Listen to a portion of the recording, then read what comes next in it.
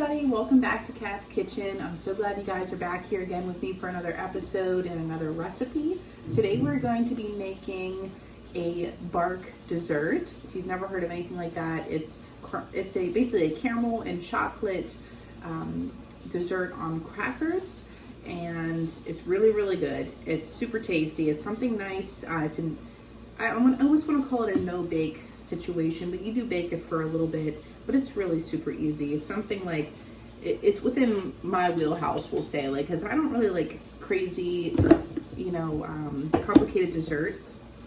This is something that's nice that you can keep in your freezer for when you want a little something, a little treat. You can just kind of break a piece off or have it in pieces and eat it, and you're good to go. Super good. And for my keto friends out there, if you make it with keto brown sugar, then there you go. Then you can have this too. So I'm going to show you what we've got. We're going to get right into it. First, we're going to work on our caramel. So I have 1 cup of butter here in our saucepan, and to this I'm going to add 1 cup of brown sugar. And here, if you're, like I said, if you're going to do keto, you can, I know Swerve, the brand Swerve, offers a keto brown sugar, so give that a look. I know Sam's Club sells Swerve, but you can definitely get it on Amazon if need be. So we have our melted butter here, and what I'm going to add to this that the recipe doesn't call for is just a pinch of salt, because anytime I'm making a dessert, I like to balance out those flavors. And, because you have so much sugar going on, you need to balance out the sweetness sometimes with a little bit of your salt. So we're going to keep continually mixing this. We're going to have this boil for about 3 minutes. In the meantime, we're going to get our crackers ready on our cookie sheet. Okay, friends, so what I have here is my big sheet pan with the lip on it. You definitely need a lip for this. I put our parchment paper down and I sprayed it on both sides with our cooking spray. Now, this recipe calls for saltine crackers. However, I'm gluten-free, so I'm going to be using these here. I bought these at Sam's Club in a 2-pack. So, and I've had these before. My friend eats these all the time. They're Crunch Master multi-grain 5-seed crackers, and they're made with rice and flax seeds, sesame seeds, other kind of stuff. Basically everything but gluten. This is what they look like. I never tried this recipe out with these before. However, we're going to give it a go because this is Mark and I's one of our favorite little desserts to have on hand. And like I said, it's nice to just keep it in your freezer, because we don't eat dessert every night, but when you want a little something, this is just perfect. We're going to spread out our crackers, as I'm doing here, on our baking sheet with the parchment. We're going to make one nice layer.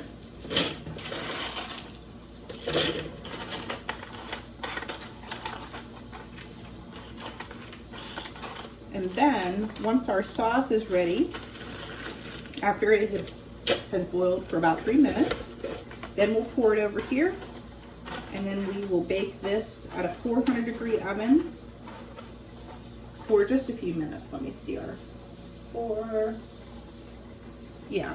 it's only going to be in the oven for about 5 to 6 minutes, so we need to keep an eye on it once it hits the oven. The only thing is, with this whole recipe, you kind of have to stay on top of this caramel sauce. You don't want it to burn. I've had, one of them burn before on me, and you can't use it once it burns. So, and I'm not real perfect about these crackers right here. I'm just trying to get a decent layer out of this. So, like I said, this will be a new experiment. Hopefully, we like these crackers. The saltine crackers taste amazing if you're not opposed to saltines. But like I said, I can't do this. I can't do saltines anymore because of the gluten. So this will be good for my keto people. Alrighty, friends, so what we're going to do is I'm going to bring you back once our caramel is starting to boil, so you can get a look at that. But you see me here with the whisk. I already added in my dash of salt. I want you to see how it's going to boil for us, and I have it on just under medium because I really have to stay here with it. I can't walk away at this point. And if you hear my canner in the background, I'm actually canning corn right now, and I have a couple quarts in there of diced tomatoes. If you're curious about how we do that, I'll have a separate video out for you on that one. So stay tuned for that. Okay, so here is our sauce, and I apologize, I called this a caramel. This is technically a toffee because it's just your brown sugar and your butter. I believe a caramel sauce has heavy cream in it, if I'm not mistaken, and you actually don't stir a caramel. But for the toffee, this is what it's doing right now. We only have 1 more minute to go with it boiling, and whenever you stir, you should still have bubbles. And we just want it on a gentle boil right now. We don't need this to be a crazy boil. And then we're gonna pour it immediately over all of our crackers, and I'm gonna smooth it out with our spatula. I hope this is gonna be enough to cover them all, because last time I made this, I think I remember using 1 pound of butter and 2 cups of brown sugar. Maybe it was just a larger batch. But if I need more, I'll make another batch for it. And then, like I said, we'll pop it right in our 400-degree oven for about 5 to 6 minutes, and then we'll have that pull out and rest on our stovetop. I'm just gonna put it down on like a zigzag fashion, so that we can try to evenly distribute this toffee. And making sure to get everything out of here. Be very careful with this toffee. Anytime you're making caramel or toffee, any kind of candy like that, the sugars get extremely hot. Okay, so it's looking like we're probably gonna need another batch. I'm gonna make up another batch real fast and get that poured on here, because I think what I was looking at previously was a double batch. Alright friends, so I made up another batch of our toffee, since we're basically making a double batch of this right now. And I'm just going to go along and try to fill in all those spots that didn't get the toffee before. And then we'll spread them out, and then we'll pop this bad boy in the oven. Like I said, I don't make this very often, so it's nice to have a double batch. And it keeps really, really well in the freezer.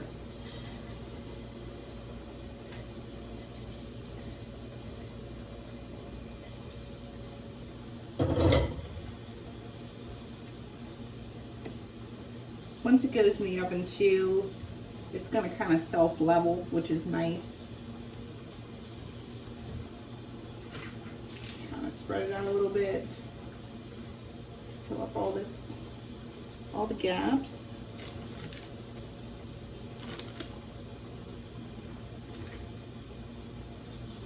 Cool.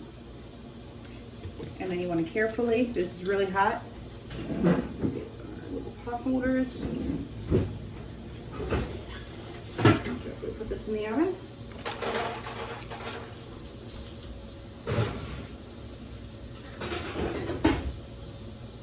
Alrighty friends, so here we are with our toffee and crackers out of the oven. I let this cool for,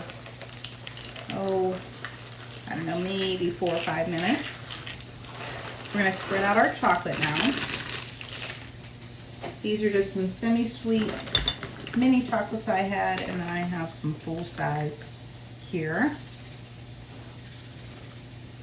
And then we're going to let it sit for a little bit, and then the residual heat is going to melt this chocolate. And then we'll just spread it around with the back of the spatula. And then after everything melts, then we can add on any topping you want. I like to do some nuts. You can do whatever you like. Last time I used ground up mixed nuts I had. And this time I have some shaved almonds, so I'm going to do that. You could also drizzle over some white chocolate or anything else, like a milk chocolate. Just get creative with it. This is fun. This is one of those fun desserts. Granted, if you're gonna be keto, you gotta get some keto chocolate with a sugar substitute. So just keep that in mind for you guys. All right, so now I'm just gonna let this sit for a minute and then we'll smooth this out. And then I'll sprinkle my shaved almonds on next. And then I'm just gonna let this come down into temperature completely after all that's done. And then I may just pop this right in my freezer. It tastes best when it's in the freezer. And then once it's nice and hardened, it'll come up, it'll kind of stay together a lot better once it's frozen.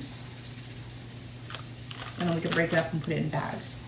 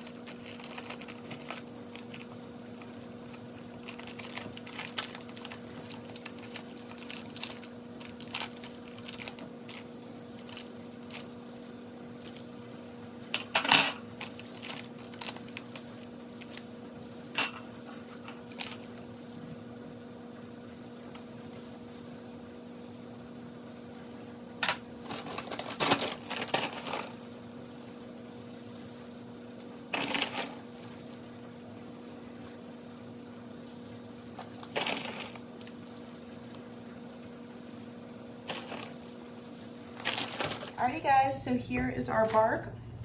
You'll know it's ready. I did put it in the freezer. I think I told you that. Whenever your wax paper peels completely off, and you're gonna see that nice bottom layer. What I'm gonna do, it is gonna be messy, but I'm just gonna take a knife and I'm just gonna start cutting sections. They're gonna be smaller. You can always make them smaller, but what I'm trying to do is just trying to get kind of it chopped up, and then I'll break it apart. And then where the crackers separate, usually that's where they also break too. And then to store this, like I said, I'm just gonna put it all in a gallon size freezer bag, and then we can pull out piece by piece as we want it. And it'll store in the in your freezer, I mean, at least 6 months, I'd say. But this is so good, you know. If you share it with the family, I'm sure it's not gonna last too long. But guys, I wanna thank you so much for watching. Please like, share, and subscribe. And I'll see you guys all in the next one. I'll just show you what this looks like. Got your toffee on the bottom. You have your gluten-free crackers or your saltines, whatever you decide to use, in the middle. Your semi-sweet chocolate, and then your nuts if you decide to use them. And I will usually cut this into like 4 pieces, just so you're aware. So there's gonna be a lot here. So you guys enjoy your day, and I'll see you guys on the next one. Bye-bye, friends.